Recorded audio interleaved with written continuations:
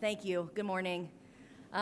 Yes, you just introduced me. My name is Cocanower, and it is both my privilege and my honor and just an incredibly humbling opportunity to be the Indiana Teacher of the Year. I did not know, I think, all that it entailed to be Indiana Teacher of the Year when I began the application process. And just looking at those who have come before me and having the opportunity to represent the phenomenal educators that I work with and the ones throughout our state is a blessing. It's an incredible opportunity, and I look forward to this year.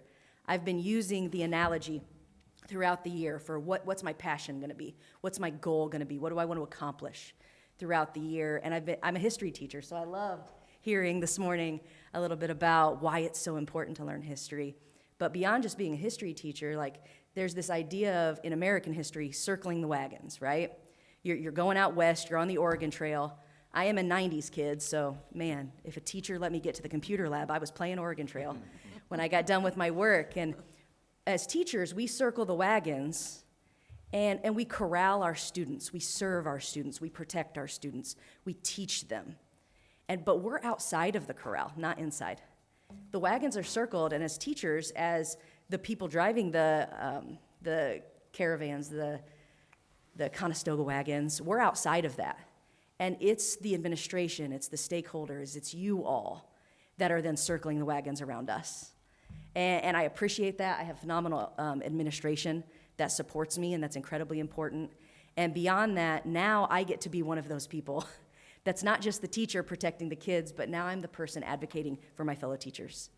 And the work that we do in the state of Indiana should be shouted.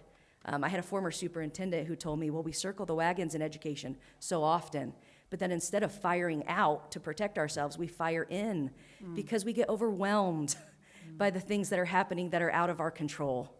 And that has stuck with me. It's been 10 years since I worked with that superintendent. And it stuck with me where I want to be one of those people firing things out and telling the community, society, parents, even other students, the incredible things that are going on throughout our state so that they can benefit from it too. So throughout this year, that's my goal. I believe in social studies literacy. That's a big thing. Like every teacher's a reading teacher, and I probably do more of that in my classroom than anything else. And yeah, I just want to brag on Indiana. I am proud to be a Hoosier. And just to finish for a moment, years ago, I was teaching 7th grade social studies. And I was teaching about human rights, and I was teaching about that age-appropriate kind of ideas of how you can be a world changer. That's what I believe in. I believe my students are world changers, and I tell them it every day. But if I'm going to tell them that and I'm going to have expectations out of them, I have to walk that walk. I have to be that too. And so I was really privileged to get an Eli Lilly grant. And I went to Thailand, and I stood face-to-face with a refugee camp. And I stood on the border of Myanmar and Thailand and never felt so helpless in my life. I never felt so helpless because I knew things that were going on, and I couldn't do anything about it.